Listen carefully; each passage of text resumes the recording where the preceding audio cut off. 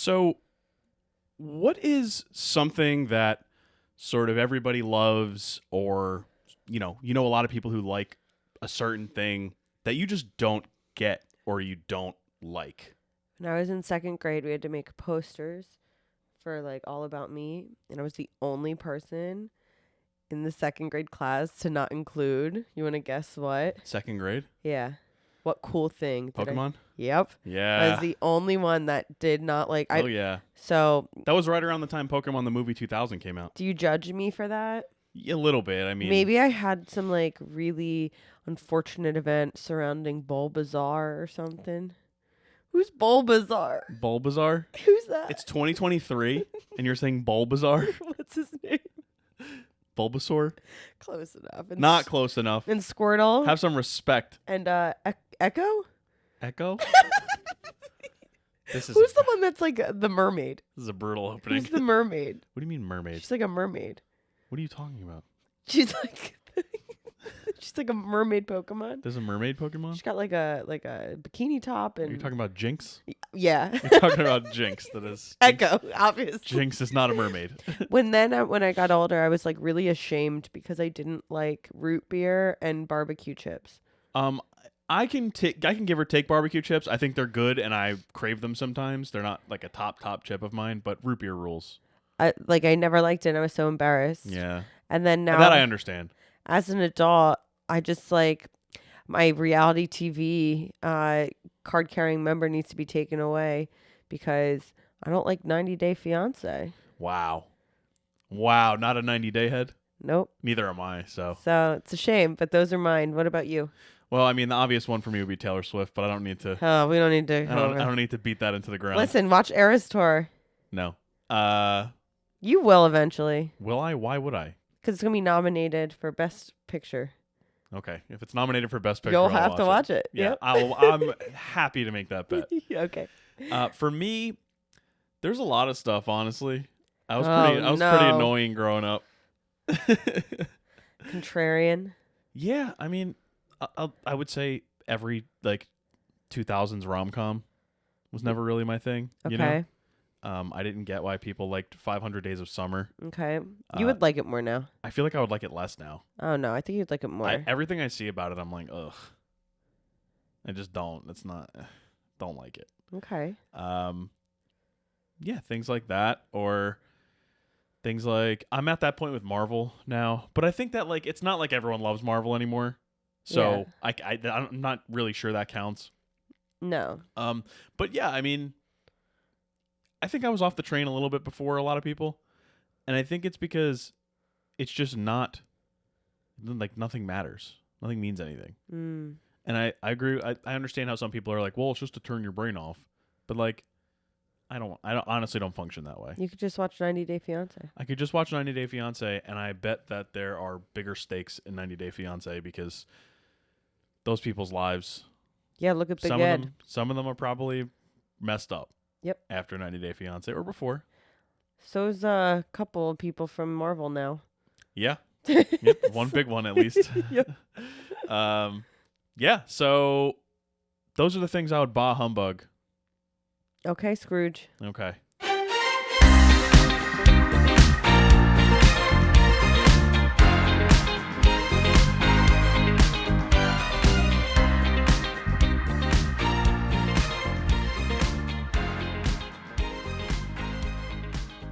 Okay, we are here. We are sick, and we're not that sick anymore. No, we're on the back end. I'm a little sick.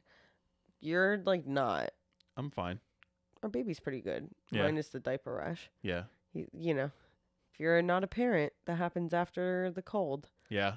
And I don't like it. Me either.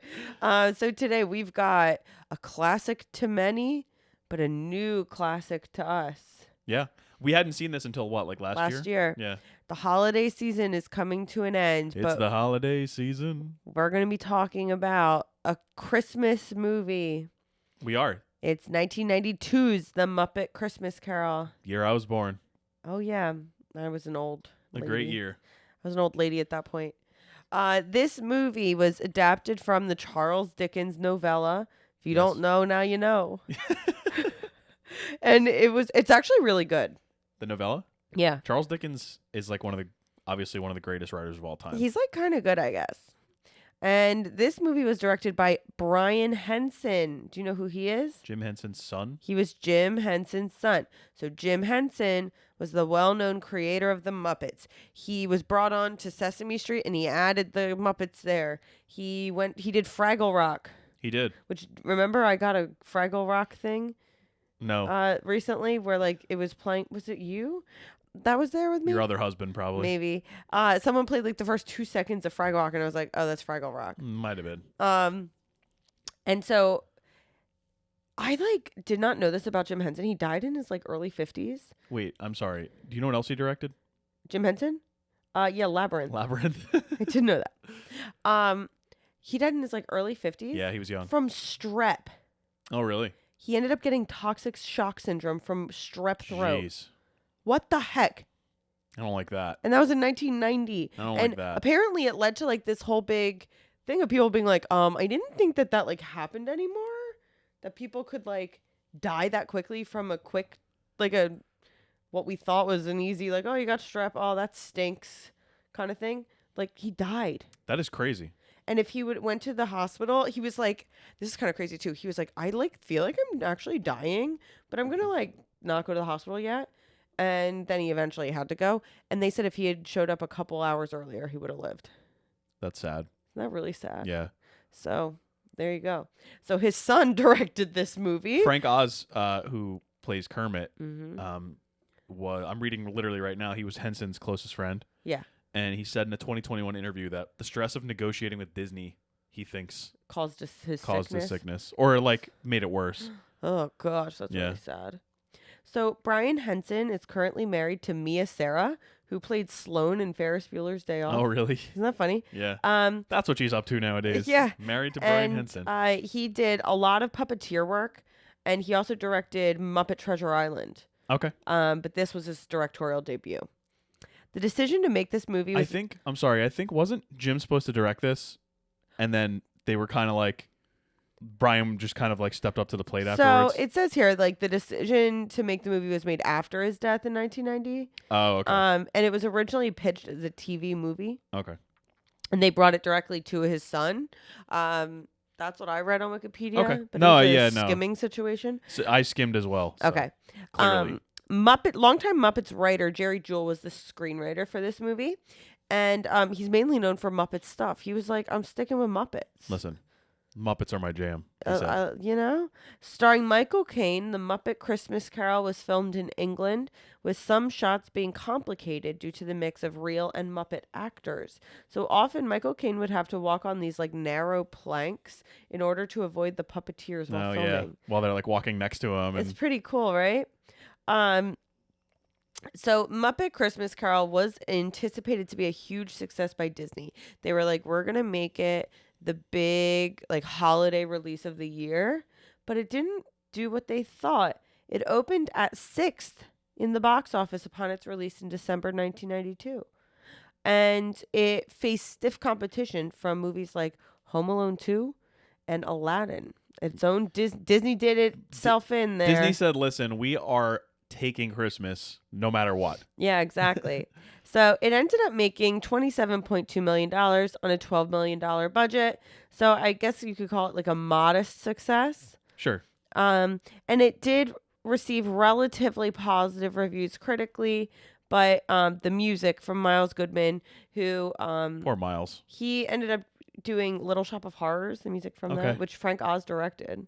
Oh, really? Yeah. I didn't know that. And that was criticized a little bit because every song sounded the same, which honestly is a very fair criticism. A lot of them sounded like pirate shanties. Because like 3 songs in, I turned to Tom and I'm like, all these songs sound the same. I thought they got better towards the end. I thought the second half had better songs. Yeah, they had songs that at least sounded a little bit different from each other. Yeah. And one of the songs actually... Tiny Tim gets involved. Yeah, he's so cute. And one of the songs was actually cut from the theatrical version, which is so weird because, number one, they did a reprise at the end of the movie. It's like the whole big thing at the end of the song. And it literally would have added 2 minutes to the movie. Like, why would they cut it?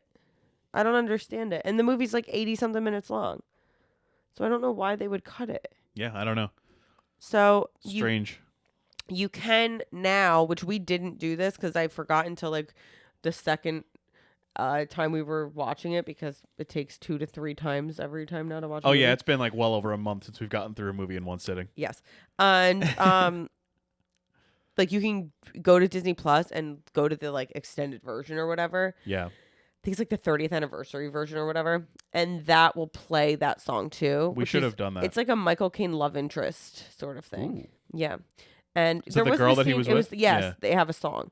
And that would have played it, but you have to like do a whole thing to get it. Yeah, I didn't even realize that. Isn't that crazy? Yeah. So that is all I have for the Muppet Christmas Carol. There's actually like not even that much. Oh, I do have an NJ connection though. Yeah, let's do it. Okay.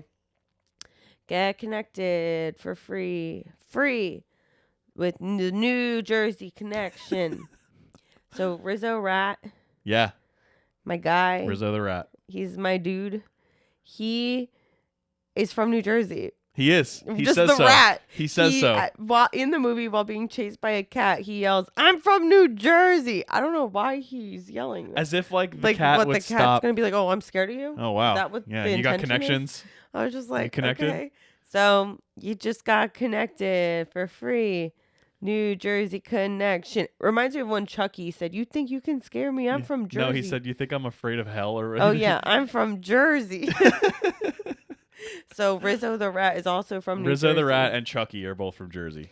I mean, it doesn't get better than What that. Rizzo the Rat, named after, as we found out, Rat Rizzo. Ratso Rizzo from Midnight Cowboy. played by I'm walking here. Yeah, Dustin Hoffman, baby. That's a great movie. It's also rated X. And I said this to Tom out of nowhere yesterday when we were I driving. think it was today. Or today. I just go, why was that rated? That shouldn't have been rated X. Yeah, it's true. It really shouldn't have. It's a very like mild rated R movie today. Muppet Christmas Carol shouldn't have been rated X either. It should have been rated A for A plus. Wait, was what? so good. Rated A for A plus. Because it was so good. Why wouldn't it just be rated A plus? Because it's almost 8 p.m. And I'm usually in bed by 8 6:30. p.m. It's past 8 p.m. Is it really? 8:01. See, that's why. That's, oh my God. Wow. Oh, that's not good. All right, you ready? Yeah. I mean, it's the Christmas Carol. Yeah. So we know it. Yeah. All right. It's Muppet Christmas Carol. It's like Kermit. There's no taglines Oh. for this movie. Well, That's why it didn't do that well. No, I mean, it didn't do that well because it's the Muppet Christmas Carol. And people were like, what? Christmas Carol. A Christmas Carol is one of the like most famous like fictional stories ever, though. Okay. All right, so let's talk about it. On Christmas Eve in 19th century London, Charles Dickens, played by Gonzo, Yeah. and his friend Rizzo Rizzo the Rat addressed from New Jersey. the audience as narrators. New Jersey's own Rizzo the Rat. I wonder where from Jersey he's from. I don't know. We should find out. Probably Atlantic City. Ebenezer Scrooge, played by Michael Caine, a greedy, penny-pinching, and lonely moneylender, does not share the merriment of Christmas. He rejects his nephew Fred's invitation to Christmas dinner, dismisses people collecting money for charity, and tosses a wreath at a carol-singing bean bunny. His kind, humble employee Bob Cratchit, played by Kermit the Frog, and the other bookkeepers request to take Christmas Day off since there will be no business for Scrooge on the day, to which he reluctantly agrees. Because, yeah, that makes sense.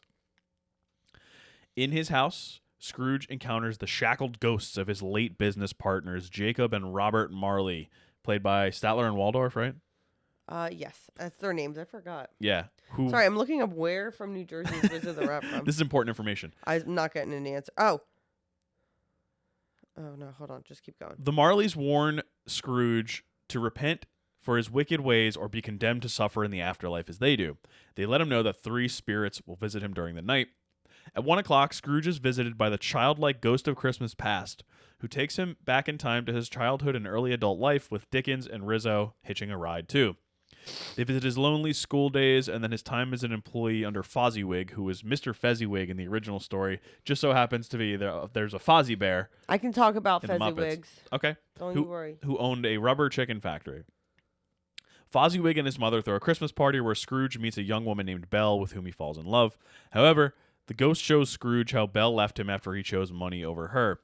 A tearful Scrooge asks the ghost to leave him as he returns to his bedroom. At 2 o'clock, Scrooge meets the gigantic, merry ghost of Christmas present who shows him the joys and wonder of Christmas Day. They visit Fred's house, where Scrooge is made fun of for his stinginess and general ill will towards all. Scrooge and the spirit then visit Bob Cratchit's house, learning his family is content with their small dinner.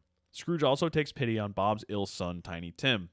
The ghost of Christmas present abruptly ages, commenting that Tiny Tim will likely die. Yep. Scrooge and the ghost go to a cemetery where the ghost fades away. The ghost of Christmas yet to come, a tall, silent, cloaked figure, takes Scrooge into the future and shows him a group of businessmen discussing the death of an unnamed colleague, saying they would only attend the funeral if lunch was provided. Mm-hmm.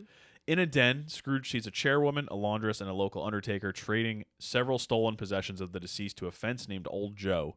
The ghost then transports Scrooge to Bob's house, revealing Tiny Tim has died and the Cratchits are mourning him. Scrooge is escorted back to the cemetery, where the ghost points out the wretched man's neglected grave. Scrooge, of course, wipes the snow away to see his own name. Scrooge tearfully vows to change his ways and embraces the ghost's robes before finding himself back in his bedroom. Discovering it is Christmas Day, a gleeful Scrooge decides to surprise Bob's family with a turkey dinner and ventures out with Bean, Dickens, Rizzo, and the charity workers to spread happiness and joy around London, reconciling with Fred and Fozziwig. Scrooge goes to the Cratchit house, at first putting on a cold demeanor before revealing he intends to raise Bob's salary and pay off his mortgage. Scrooge, the Cratchits, Fred, and the neighborhood celebrate Christmas, as Dickens narrates how Scrooge became a second father to Tiny Tim, who escaped death. Mm-hmm. Like forever? Yeah, forever. Okay. I mean, he is a Muppet, so yeah, he can do whatever he wants. I don't know the mortality of Muppets. I don't know how that works. Yeah, me either. Kermit is still alive. He is. It's a rainbow connection. Yep. So do you want to know a little bit about Muppets in New Jersey? I would love to know about the Muppets in So New I'm Jersey. on the Muppets wiki. Look at all the connections Muppets have to New Jersey. This is perhaps the most New Jersey connected movie we've done yet. It is insane. Actually, the Muppets in general seem to be really into New Jersey. So We seem like their vibe. yeah, definitely. A bunch of like Muppet people are from New Jersey or like Frank whatever. Oz? I don't know if Frank Oz is. Oh, But what I do know is that no, he's from the UK. oh, okay. What I do know is that yeah, he doesn't say that he's like where he's from in New Jersey, Rizzo the Rat, but he does say he's from Jersey. And my favorite one out of all these, you can look at Muppet Wiki for all of these like cool things, but the best one is, you know, Pepe the King Prawn. Yes. He was in a loves- window. He's here. obsessed with New Jersey, and he said his favorite vacation spot is Camden, New Jersey. Oh my. Oh, that's awesome. Yeah, so I thought that was pretty cool. And there's like, yeah, they make fun of New Jersey a lot. What do you mean make fun of New Jersey? They make fun of New Jersey. Like, for example, on the Muppet Show Live, Miss Piggy appeared on a TV monitor and told Kermit she couldn't appear at Muppet Fest because she was busy at Piggy Fest, a celebrations of all things moi. And let me tell you, Bayonne is lovely this time Oh of year. yeah, shout out Bayonne. So My dad used to work there. it's pretty cool. So you can look up Muppet Wiki for more things about New Jersey and the Muppet universe. We would, yeah, absolutely. All right, so let me get to my questions here. Michael Caine plays this serious, and he said that he played it like he was at, like, it was like the Royal Shakespeare Company. Like, he was pretending like he was not talking to Muppets the whole time.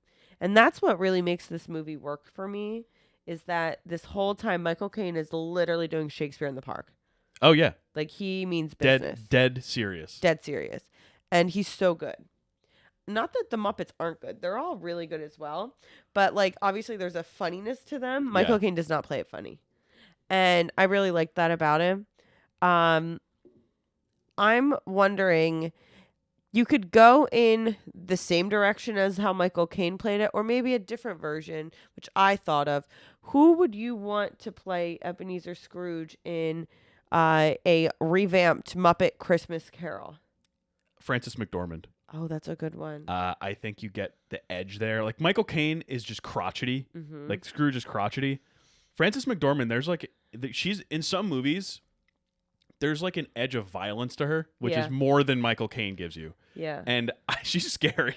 She can be. She can be when she's not always. Like she's hilarious in in Nomad. Burn After Reading. And Nomadland, she's not scary. No, yeah, not at all. But when she turns it on, in Fargo, obviously, but sometimes she turns it on Yeah, 3 billboards. 3 Billboards is what I was thinking of. Uh-huh. And I think like if I'm Gonzo, I don't know if I'm following that Scrooge. That's pretty good.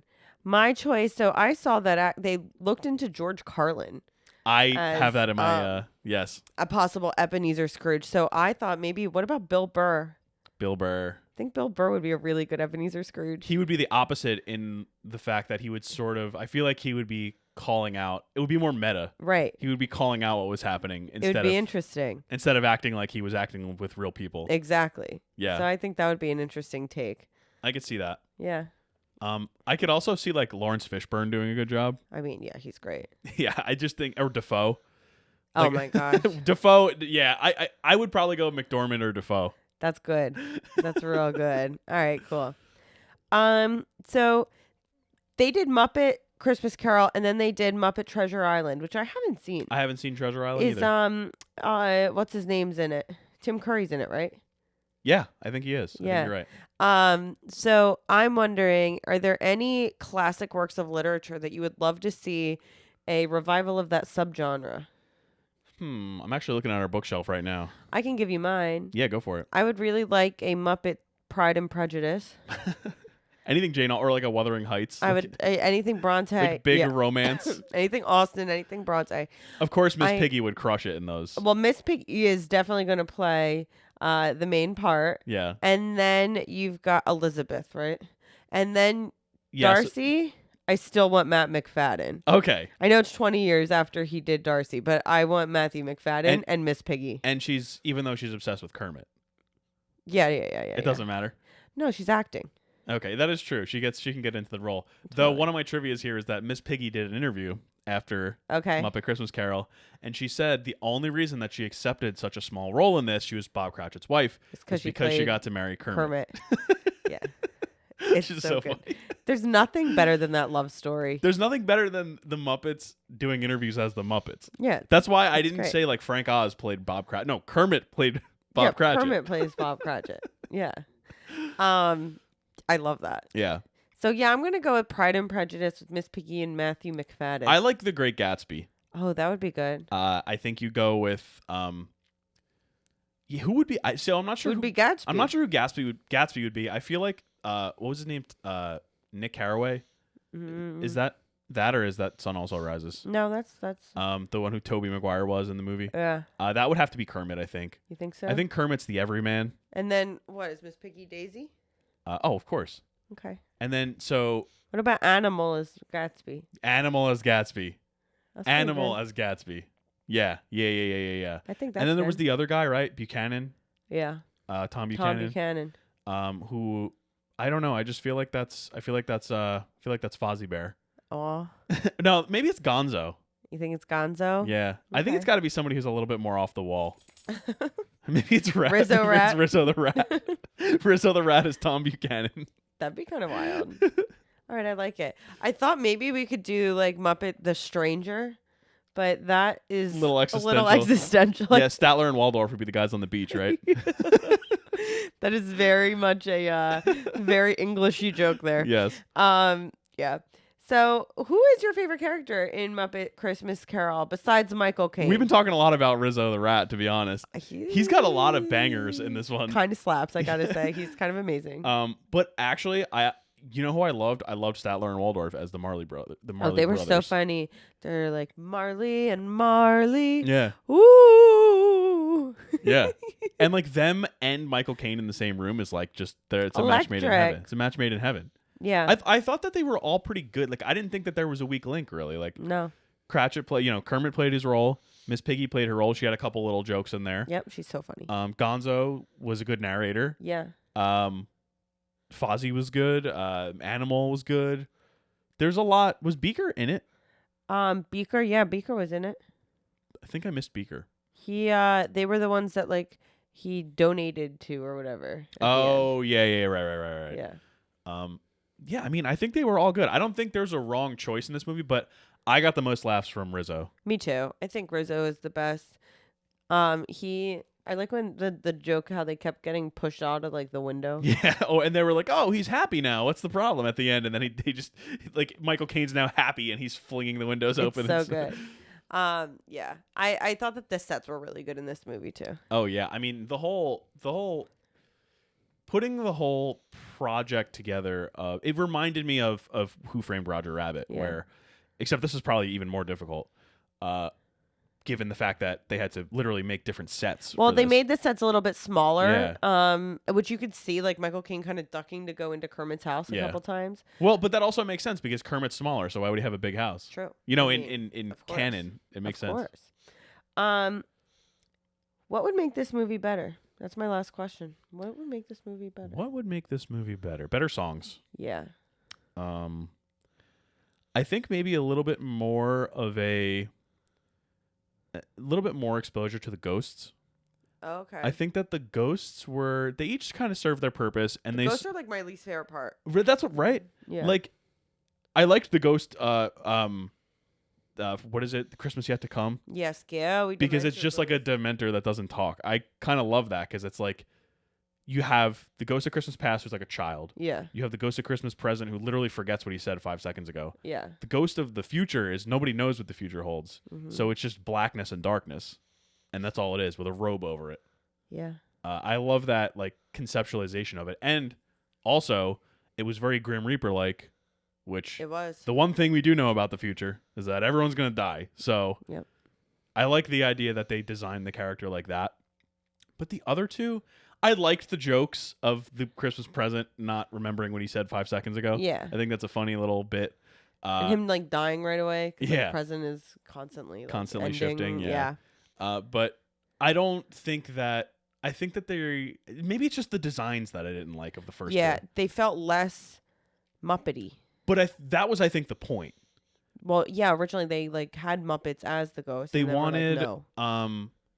I think, I don't remember who was supposed to be who. Gonzo was supposed to be one of them. Miss Piggy was supposed to be one of them too. Yeah. But yeah, no. But I kind of like the idea that they went hard into these are not Muppets. This is ominous and scary.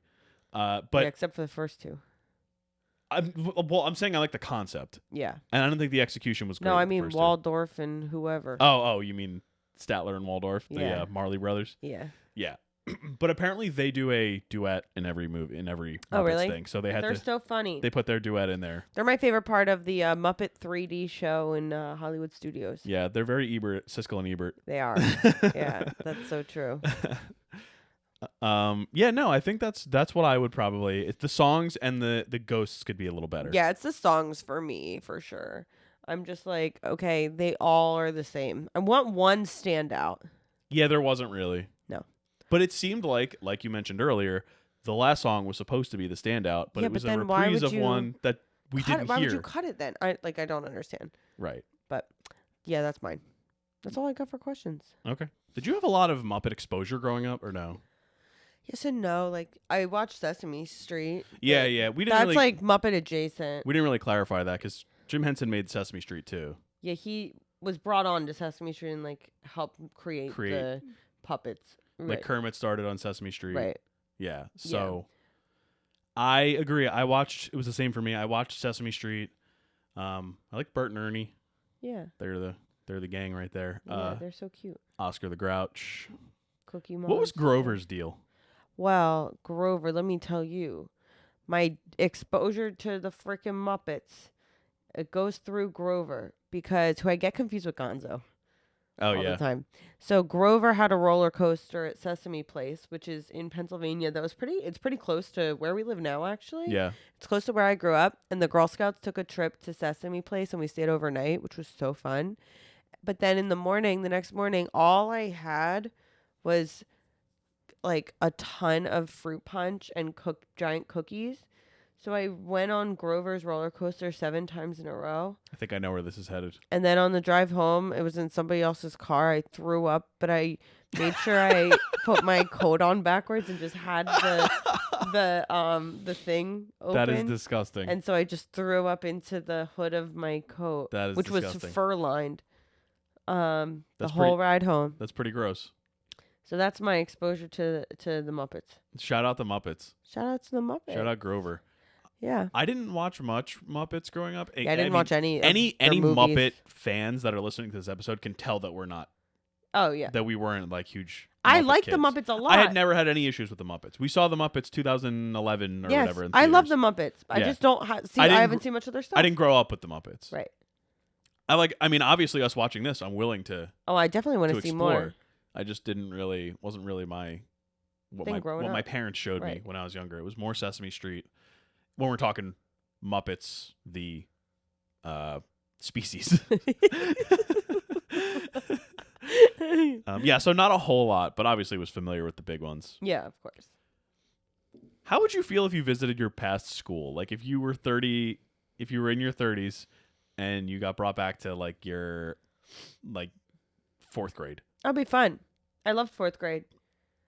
I was in honors English. Of course you were. And I had Mr. Roach, who I still am in, contact with a little bit today. And every day we learned about a new artifact. He would bring in an antique from his house, and we would have to guess what that antique was. And then after we would go through, we would look at it. We would like try and figure out what it actually, like what the purpose was. We would write down our answer, and then he would give us a little history lesson on that little antique. And it was so fun. And then he gave us little salts. Do you know what those are? Like they were little cups that you used to put salt on your food. And so he had like a bunch of them. I didn't know that. And then so we each got one. So I loved 4th grade. I loved school. I loved my elementary school. And even though it's really old. It's an old school. It's like from like 1905 it was built. And 1910, something like that. And it's like you could tell, but it was so much fun and I loved it. And then if I went to the school I went into in 4th grade, it's now an old people's home. Okay. They changed it to an old people's home. Yeah, but you would be in a memory. We don't know if there's still the school in Christmas Carol. I guess you're right. So yeah, I loved that school too. And that's also where I had a lot of basketball practices. Okay. So I had great memories. What about you? It's not that I have bad memories, but I think if I went back and saw myself in like when I was like 12, Yeah. when I was like, I would be like, this guy, oh my. It's so funny that you say that because tomorrow you're going to see me when I was like 12. Oh yeah, they found home movies. Yeah, my cousin Kate found home movies. And so apparently there's a video of me very, very intently and seriously dancing to Sean Paul. So. I mean, who among us hasn't? If you grew up in that time period, you've danced to Sean Paul. I was a very unfortunate looking 12-year-old. We all were unfortunate looking 12-year-olds. I still haven't quite had my glow up. So, sometimes you got to just go with it. So hopefully they find the American Idol one we did. They did find the potato lady, which I have mentioned before. We have talked about. Yeah, maybe I'll take a little video of me as the potato lady. Yeah. Video of the video where I'm wearing oh, it depends on how. Yeah, we don't know how this turns. We don't know what this is going to how look it like. aged. But yeah. We may do a little potato lady talk. We may not. He may not. Depending. So, yeah. So what we're about to have my little Christmas Carol. Because you've never seen videos of me from back then. No. No. I don't even have videos of me from back then. They're probably out there somewhere. They're really not. No? No. Well, I have a ton. So we're about to see it. And I literally said at the brunch today, I was like, Tom's going to take one look at that and they'll just divorce me.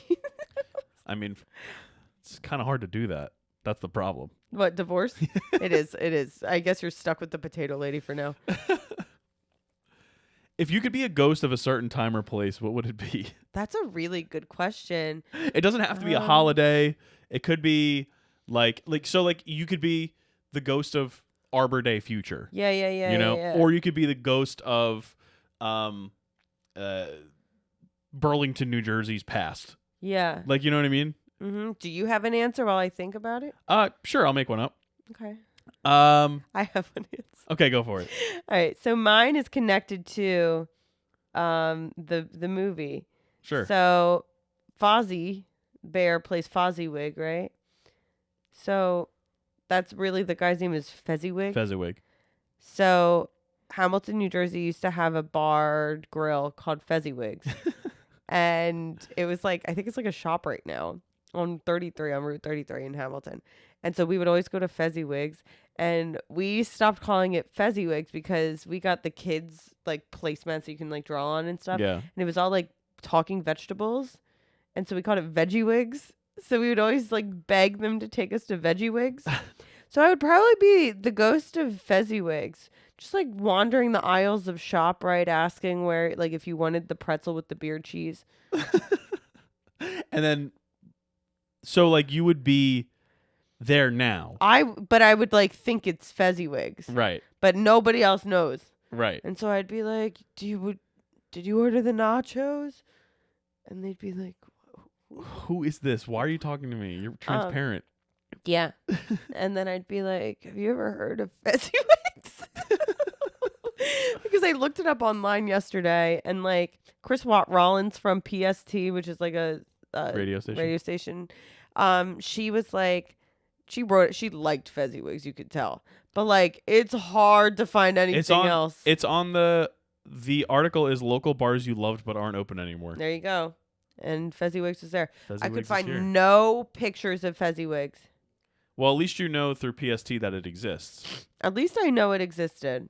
Yeah. Which, you know, The comment on it is the best. The best. It's Fezziwigs. Yeah. Absolutely. Where would you ghost it up? I feel like I would just want to be a bowling alley ghost. That's fun. You know why? Because there are certain types of personalities of people that go to bowling alleys. That's for sure. Really cool people. It could be past, present, or future. Actually, probably not future. I don't know how long like the bowling alleys are going to exist in the way that they exist now. Because I feel like they're all going to end up being like boleros and like that type of like wacky arcade bowling. Yeah, but alleys. then you could watch Wayne's World 2 75 times a night on 50 screens. I'm thinking like one of those old dingy bowling alleys. Yeah. That like cosmic bowling type stuff. Like Paps. Yeah. Like what's the Paps turned into Cheyenne Outfitters. Oh, really? I think so. That's a shame. Yeah, Paps was like smoke filled. There's a place up on Route 1 near Menlo Park Mall. I forget what that that was Majestic Lanes. Like, that was what about Slocum's? Slocum's in Ewing, New Jersey. Yeah. Oh yeah. What's the one that Slocum's I wouldn't really want to go to. What was the one that was across from where I lived? Curtis. Yeah, Curtis. Yeah, Lanes. Curtis Lanes. I'm way too familiar with these bowling alleys. Did I live across from Slocum's or Curtis? No, you live near Slocum's. Yeah. Curtis was around on one of the other roads. All right, how about the fact that across from Slocum's was a liquor store? Do you remember? Oh yeah. What was it called? All the time. I don't remember. It was Paul's. Paul's, right? yes. I was thinking Ray's, but that was the sub shop. When I did my student teaching, not my big one, but like my junior one, it was with some guy that like he was fine, but he was like, "Oh yeah, you live in Ewing. Oh, you live by Raoul's." And I was like, "What?" He's like, "You live by Raoul's." He thought it was Raoul's. And I was like, "Paul's?" And he was like, "No, it's Raoul's." So I was like, "Am I crazy?" And so I went there once, and I was like, have you always been Paul's? And they're like, yeah. I'm like, not Raoul's. And they're like, no. I don't think I ever told you that. No, I didn't know that. Yeah. But Ray's, the sub shop, was nearby too. It was right on Pennington. Yeah. Yes. Yeah, so that was a walk through TC&J. So you would be a ghost at TC&J movie. I would be a ghost, maybe at TC&J, but just some nondescript, dingy bowling alley. Yeah. Because I just love the atmosphere. Yeah. Not enough to actually do it and like join a league and stuff. Like we have a friend, we have Nick Palessi, if he's listening, who's like he's like we all know Uncle Nick in a bowling league. So like I don't have that in me because that's a lot of a commitment, but I love the idea. I love the smell of a bowling alley. Yeah. I love a bowling alley. I like going bowling. It's fun. I like going bowling, but I don't like the commitment. Yeah. I already do one thing, so. Mm-hmm. Yeah. What else? I have one more question. Committing to like all time. Yeah. I have one more question. Okay. Does the Ghost of Christmas Past, the actual Ghost of Christmas Past in this movie, freak you out? Yeah, it's weird. She's like almost like a mannequin doll type thing, but like her eyes are like all and freaky. She's got all this like toilet paper. She's like hanging flowy. off. Yeah, she floats. So what they did with that, it's one of my trivias, is they made a special puppet that was in a water tank. Oh, and then wow. And then they green screened it into the movie to make it It's look like like amazing. it was floating. I love that. Yeah. Which I think is an awesome idea. It's so practical. Whereas the other two were people in costumes. It was, you could tell. I think it was the same guy in both costumes. That is so cool. I did not know that. Yeah. That's all my questions. Let's see. Okay. I have some notes. In in the beginning, Scrooge was like, he was like eating in front of the fireplace or something, and it was like after he'd been miserable to Bob, and he coming home, and he was like before he sees the Marleys. And I think he's supposed to be like this like sad sack, like mean guy, whatever. You just turn to me and you go, "This guy lives a great life." Well, he's eating like a baguette and a wedge of cheese. I'm like, this is amazing. Like, why are we saying that this guy is like so sad? Like, okay, first of all, he's like chilling. He's got his little hat on and his little night dress. He's eating bread and cheese in front of the fireplace before going to bed. And then he goes to his bed, and it's the coolest bed I've ever seen in my life. 4-poster bed with like these curtains shades, around it. I'm like, this is so cool. Then he's like visited by ghosts and stuff. Like, that's not good. Right. But like before then, that's awesome. Yeah. I also wrote down, he had a quote. He was talking to Fred, and he was like, "What right have you to be merry? You're poor enough." And Fred says, What right have you to be dismal? You're rich enough." And Rizzo goes, "He's got him there." The old boy's speechless. And Scrooge goes, "If I could work my will, every idiot who goes around with Merry Christmas on his lips would be cooked with his own turkey and buried with a stake of holly through his heart." Yeah, he means business. Michael Caine, that's like we're talking like Henry V level. Oh yeah, stuff in there. We're talking Hamlet. We're talking it's legit. Shakespearean tragedy here. Yeah. I love that when the Marleys show up, he immediately blames it on what he ate that night. Yeah. There's more gravy than grave about you. Yes, that's a great line.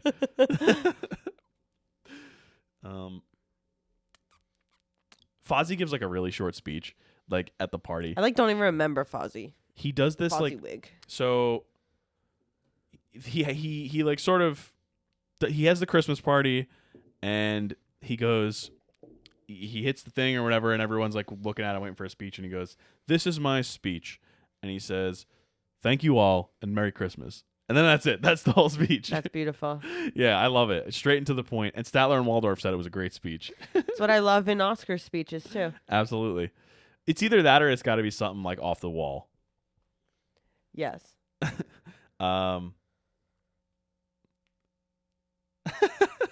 We just got a live opinion of an Oscar movie from Erin's dad.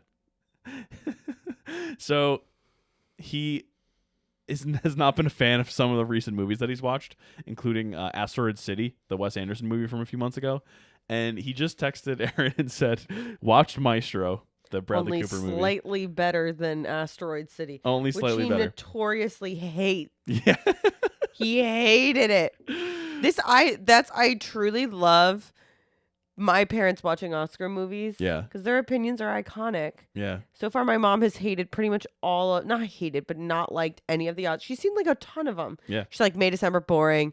Barbie hits you on the head. Oppenheimer too long. She's like, I like the holdovers, but that's Did she get to Killers of the Flower Moon yet? Oh God, I know that's not going to go well. And then I think about my dad. Parasite sucked. Yeah. He literally said sucked. The best movie of like the past 50 years. Sucked. It's so good. I love it. Back to my notes real quick. I have a couple more. One of them, I just wrote Scrooge 8 with the red scarf and top hat at the end. Oh my gosh. Yeah, when he like turns into Happy Scrooge. So cute. When he's like singing the last song. Yeah, it's the best. It's a great look with the black, white, and red. Oh yeah. Woo, the red accent piece. The fit check is real. The fit check. I also said, shout out to him for getting tons of gifts and wrapping them literally on Christmas morning in like 2 minutes. That's gonna be you. Seriously. Haven't started rapping yet. Yeah, that's it. That's all my notes. Roger Ebert review. He gave the movie 3 stars out of 4. Yeah, that's right. Just about that's correct. About right. He said, "Curious that Charles Dickens' A Christmas Carol should be the most beloved of all fictional Christmas stories. It's a tale of gothic gloom, relieved only at the end by the warmth of holiday cheer. In order to enjoy that Christmas turkey with Bob Cratchit and share in Scrooge's redemption, we have to pay heavy dues. Marley's ghost, the rattling of chains, lots of graveyards and skeletons, poverty and suffering, greed and cold, and finally, the spirits of Christmas, climaxing with the Grim Reaper." Even the Muppets seem a little awed by the solemnity of the tale. "Isn't this a little violent for some of the kids in the audience?" one of them asks, only to be reminded of the story's artistic importance. So good. Like all the Muppet movies, this one is a musical with original songs by Paul Williams. My favorite is the early chain-rattling duet by the Marley Brothers. It could have done with a few more songs than it has, and the merrymaking at the end might have carried on a bit longer, just to offset the gloom of most of Scrooge's tour through his lifetime spent spreading misery. Yeah, that's fair. Yeah. Ebert always right. Those are things that I would change about the movie, going back to the previous there you question. Tom's top 5 trivia. I mentioned the Ghost of Christmas Past effects. Michael Caine actively pursued this role. That's cool. He had missed out on a guest star role on The Muppet Show because it was shot in the UK, but he was living in the US as a tax exile at the time. Oh. Friends and colleagues who he knew had guested on it, such as Roger Moore, John Cleese, Peter Sellers, and Sylvester Stallone, had told him they had a ton of fun doing it. And he said they said it also gave them extra kudos with children. Yeah, totally. By the time this film was greenlit, Caine had moved back to the UK, and when he heard it was going to be filmed in a London film studio, he had his agent badger Jim Henson Productions until they agreed to meet with him. Fair. He was like, "I heard this is a rip-roaring time. We got to get me on this." Awesome. He did. He considers this one of my other ones. He considers this role to be one of his most memorable. Totally. Absolutely. Like, he's known in his late career for being a Nolan guy. Sure. But I think if you're thinking Michael Caine in his own like star, like this has got to be up there. Yep. Let's see. After Scrooge's conversion, he meets the two charity men on the street, and they're standing in front of a sign for the Grapes Tavern. Speaker and the P guy. Oh, yeah. The Grapes is the oldest pub in London, dating back to 1583, and was frequently visited by the likes of Shakespeare, Sir Walter Raleigh, Samuel Pepys, and, of course, Charles Dickens. There you go. The back parlor of the Grapes to this day has a bunch of Dickens works. Fun. We gotta go. Yeah, totally. And finally, in an interview, Kermit the Frog stated that the most important piece of acting advice ever given to him was by Sir Michael Caine on the set of this movie. His advice, never blink. Never blink. There you go. Kermit can't blink. So he's a winner. Yeah, he is. There you go. And casting, you mentioned George Carlin. Peter O'Toole was also considered. Yeah, he's and good. The studio originally wanted Jack Lemmon. Yeah. But he only wanted to play Kermit. And they were like, no. I like Jack Lemmon. They were like, let's get Michael Caine on the horn. Okay. So let's see. Do I have anything else? That might be it. Yeah, this was a fun one. I like this movie a lot. It's a good movie. It's a good Christmas movie. Yeah, rewatchable. I like the one. See, as I mentioned earlier, like I'm not a big fan of stuff. It just doesn't work with me. Movies that like you turn your brain off for and you have to like. I'm not saying always, but like when it comes to even a Christmas movie, like I would rather watch something like this than watch a brainless Christmas movie. I don't know why. I can't. It's about not Daddy's Home too. Yes, I would rather watch this than Daddy's Home too. What about Falling for Christmas? I would rather watch this than Falling for Christmas. Okay. Go back and listen to our Falling for Christmas episode if you want. But I don't know. I think there's just something meaningful about A Christmas Carol, the story.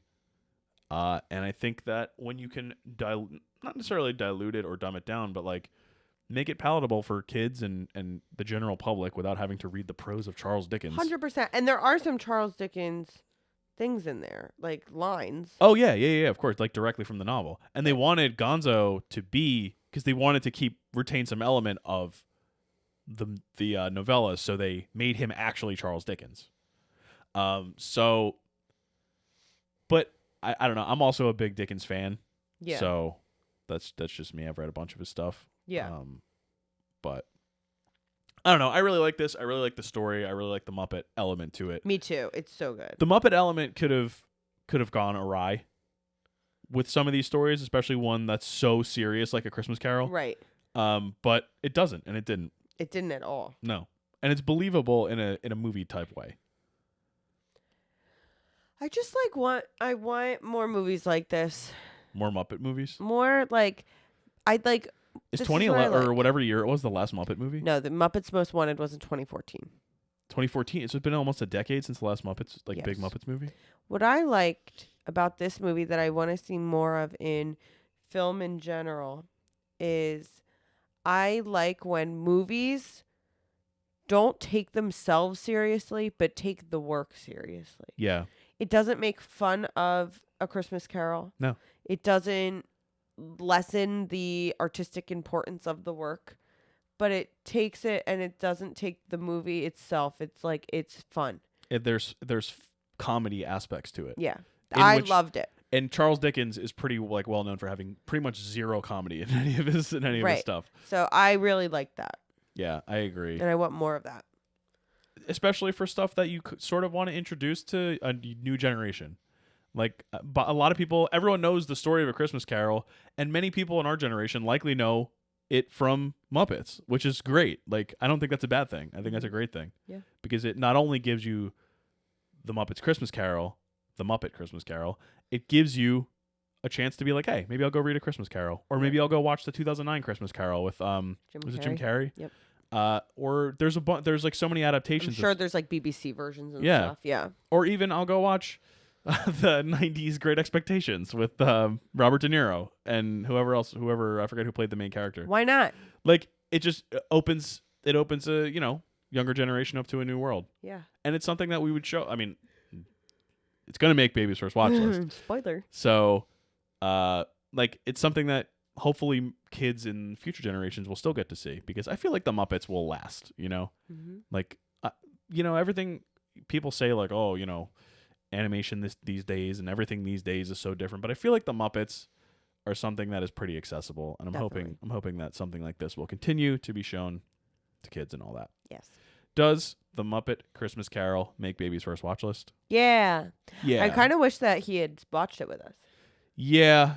He will. He loves Muppets. He's starting to like pay attention to stuff. He was super into the animated Grinch, the new one. The 2019 or 18. Yeah. He just keeps going, Nick, whenever the Grinch was on. Yeah. He called him Geek also. Yeah. He said Geek. Geek. Our son's growing up to be a bully. Yeah. Yeah, exactly. Yeah, he says crazy stuff. Yeah, now he's obsessed with Let It Go. Yeah, he does love Let It Go. Go. Yeah. He Go. bullies us to put it on. He hands you the remote. He goes, go. Go. He's so sweet. He's to the point where he's like getting ready to string 2 words together, but he's not quite there yet. Yep. He says a lot of one word. And he's picking up a lot more words. Oh, yeah. And he's picking up choreography, too. He is. He does like the whoosh and Let It Go. Yeah. And Miss Rachel's Christmas movie. He does a lot of the choreo. He was like twirling. Uh-huh. Awesome. Yeah. So definitely makes Baby's First Watch List. I can't wait till we can have him on. Like, and have him talk about. Even if we like pre-recorded. Yeah. And like and then put it in afterwards. Oh, yeah. That's going to be fun. I think that would be a fun segment. Totally. Yeah, so this was the Muppet Christmas Carol. Hope you had fun. We enjoyed it. Next month, we don't have our movies yet for January because it's been a crazy month. But next week, we are going to have a guest. Yeah. At least one guest. Probably. We're going to figure out, we're going to figure out exactly what's going to go on. But we are friendly with a movie website called Cinema Sugar. I've mentioned them on the show before. They've asked us questions and all that. So we're going to have at least one of the 2 people from Cinema Sugar on next week for Wall-E.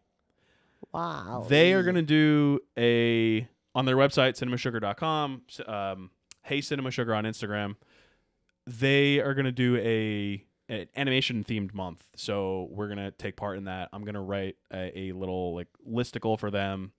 So we're going to do a little collab. We're going to start that next week with Wall-E. Woo! And we will see you guys next week for that. Hope you enjoyed Muppet Christmas Carol, and keep on sharing and all that, and hope you had a great holiday. This will come out on the day after Christmas. Yeah. And yeah, have a happy New Year. Merry Christmas, everyone. Okay, see you later. Bye.